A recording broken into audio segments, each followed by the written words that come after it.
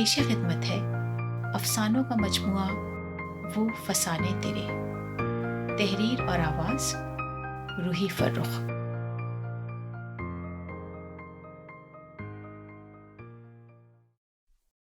خراج۔ نہ جانے رات کا کون سا پہر تھا جب ہم دونوں اپنے اپنے نوٹس پر جھکے ہوئے تھے کہ اچانک فرید نے سر اٹھایا اور بولا، یار تو نے حسین کے منگیتر کو دیکھا تھا آج یونیورسٹی میں؟ میں نے چونک کر سر اٹھایا اور اس کی شکل دیکھ کر سر پیٹ لیا۔ یار تیرے ساتھ پڑھنے سے تو لاکھ درجے بہتر ہے کہ بندہ خودکشی کر لے۔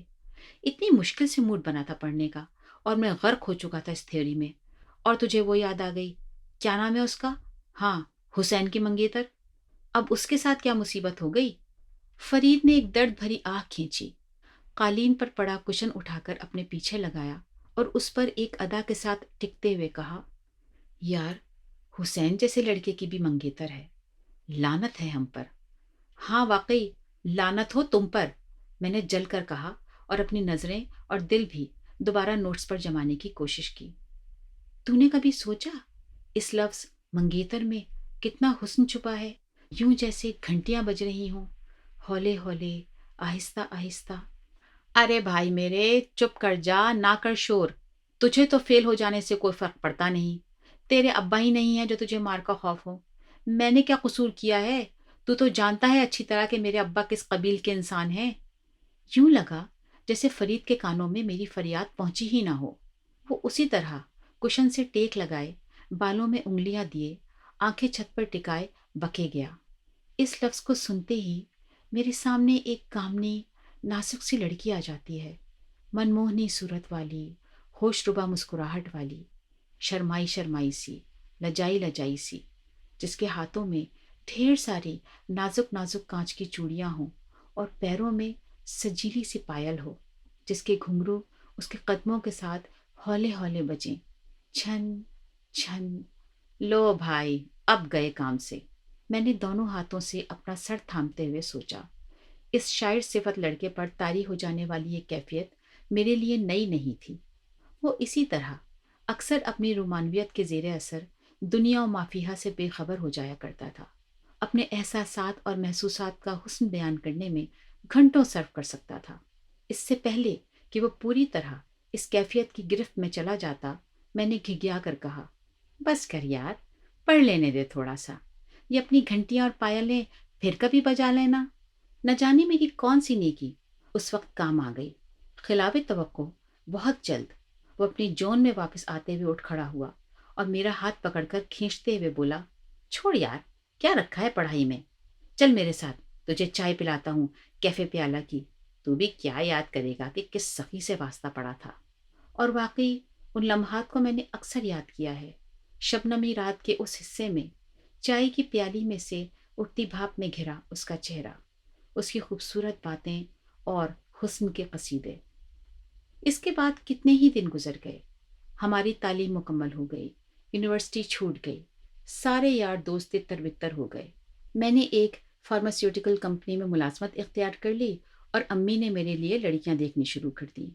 گاہے بگاہے فرید سے ملاقات ہوتی رہتی، اس کے سر پر ایک ہی دھن سوار تھی کہ باہر جانا ہے۔ میں جانتا تھا کہ اس لاابالی اور منچلے لڑکے کے دماغ میں یہ بات آ گئی ہے تو ہر حالت میں پوری ہوگی، اور وہی ہوا۔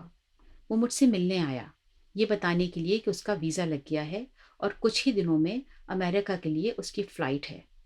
میں بہت اداس ہو گیا۔ وہ میرے بچپن کا دوست تھا، اس کا اتنی دور چلے جانا مجھے اچھا نہیں لگا، لیکن وہ بہت خوش تھا۔ کراچی ایئرپورٹ پر اسے رخصت کرتے ہوئے میں نے اسے تاکید کی کہ مجھے خط ضرور لکھے۔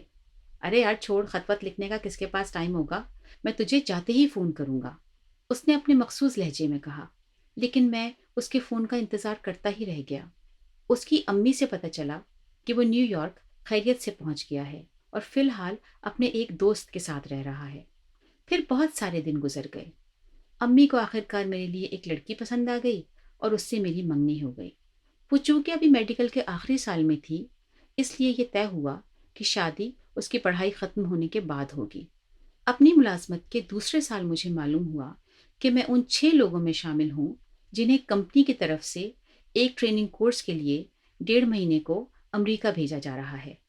مجھے بیٹھے بٹھائے امریکہ کے درشن ہو جانے کی خوشی سے زیادہ یہ خوشی تھی کہ میں جا بھی اسی شہر میں رہا ہوں جہاں میرا جگری دوست فرید رہ رہا تھا۔ اس کی امی سے میں نے اس کا تازہ ترین پتہ اور جاب کا فون نمبر لے لیا تھا۔ اس کو سرپرائز دینے کی غرض سے میں اسے کسی قسم کی اطلاع دیے بغیر ہی نیو یارک پہنچ گیا۔ کمپنی کی طرف سے دی گئی رہائش گاہ میں قیام کے دوسرے دن میں نے اس کی جاب کا نمبر ملایا۔ خاصی کوشش کے بعد فریڈ نام کے صاحب دستیاب ہوئے۔ اسے میری آواز سن کر حسب توقع بہت خوشی ہوئی، لیکن یہ یقین بہت دیر میں آیا کہ میں وہی ہوں۔ اس نے اپنی جاب کے بعد مجھ سے ملنے آنے کا وعدہ کیا، اور جب وہ ملنے کے لیے آیا تو میرے یار کہہ کر مجھ سے لپٹ گیا۔ کافی دیر تک ہم ایک دوسرے کو بھیچے کھڑے رہے، پھر جب اپنے حواسوں میں واپس آئے تو ایک دوسرے کا حال پوچھا۔ باتوں کے لامتناہی سلسلے میں وقت گزرنے کا احساس ہی نہیں ہوا۔ بالآخر رات کے 1 بجے وہ مجھ سے یہ وعدہ کر کے اٹھا کہ میں کل اس کے ساتھ اس کے گھر چلوں گا۔ اگر اسے بہت لمبی ڈرائیو کے بعد گھر نہیں پہنچنا ہوتا تو شاید وہ اس وقت بھی نہیں اٹھتا۔ یوں تو وہ مجھے ویسے کا ویسا ہی لگا تھا، اسی طرح ہنسمکھ، خوش مزاج، لیکن اس سے باتیں کرتے ہوئے مجھے ایسا ضرور لگا کہ اس کے خیالات اور احساسات میں خاصی پختگی آ چکی ہے، اور یہ بھی کہ وہ زندگی کے بارے میں اپنی اس شاعرانہ اور عاشقانہ روایات والی کیفیت سے خاصی حد تک نکل چکا ہے۔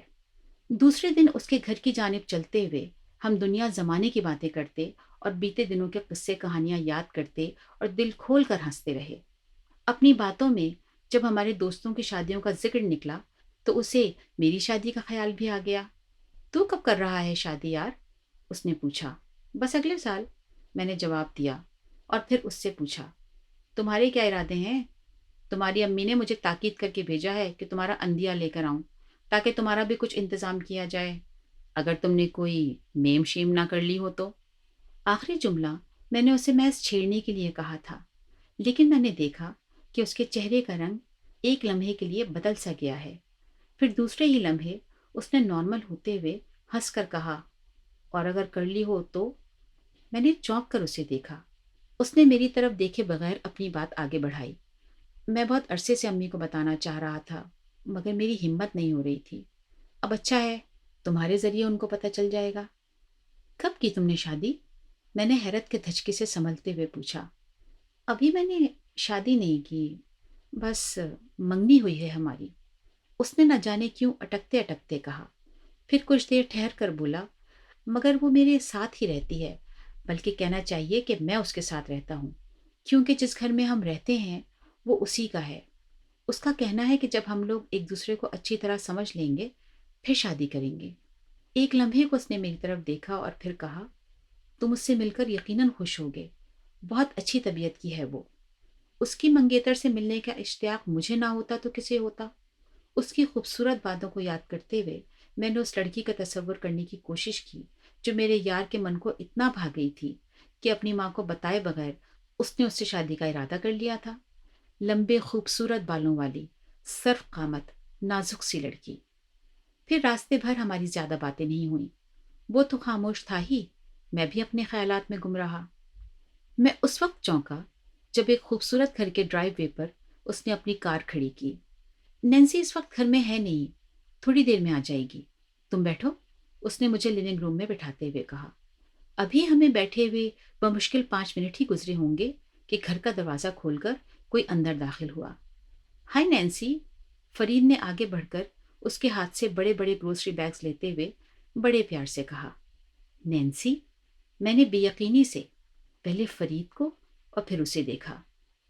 یہ ذرا سے قد کی موٹی سی عورت جس نے ملگجی سی ٹی شرٹ کے ساتھ اٹنگا سا شارٹس پہن رکھا ہے، پاؤں میں ربڑ کے سلیپر ڈال رکھے ہیں اور بالوں کو بے انتہا پھوہڑ پن سے پونی ٹیل میں اڑس رکھا ہے، نینسی ہے؟ فرید کی منگیتر؟ میں حیرت زدہ سا اپنی جگہ کھڑا تھا۔ اس نے خالص امریکی سٹائل سے فرید سے ہیلو ہائی کرتے ہوئے میری طرف دیکھا۔ ابھی فرید میرا تعارف نہیں کروا پایا تھا کہ دروازہ پھر دھڑ سے کھلا اور 7-8 سال کی عمروں کے 2 بچے بھاگتے ہوئے گھر میں داخل ہوئے اور کسی کی طرف دیکھے بغیر سیڑھیوں سے اوپر بھاگ گئے۔ یہ نینسی کے بچے ہیں، فرید کی کمزور سی آواز آئی۔ نینسی کے بچے؟ وہ نینسی جو فرید کی منگیتر ہے؟ اس فرید کی منگیتر جس کے نزدیک محض لفظ منگیتر ہی کی رعنائیت اور خوابیت کی کوئی حد نہیں تھی؟ میں نے فرید کی آنکھوں میں جھانکا، شاید وہاں آنچل کی خوشبو اور چوڑیوں کے رنگوں سے بچھڑ جانے کے ملال کا کوئی ہلکا سا شائبہ نظر آ جائے، مگر اس کی آنکھوں میں کچھ بھی نہیں تھا، نہ ملال، نہ پچھتاوا، نہ آنسو۔ مگر وہاں فرید تھا ہی کب؟ وہاں تو فریڈ تھا، جس کے چہرے پر ڈالروں کی چمک اور گرین کارڈ کا حسین رنگ تھا، اور جس کے نزدیک اس چمک اور اس رنگ کے عوض نینسی بمائے دو بچے، سودا برا نہیں تھا۔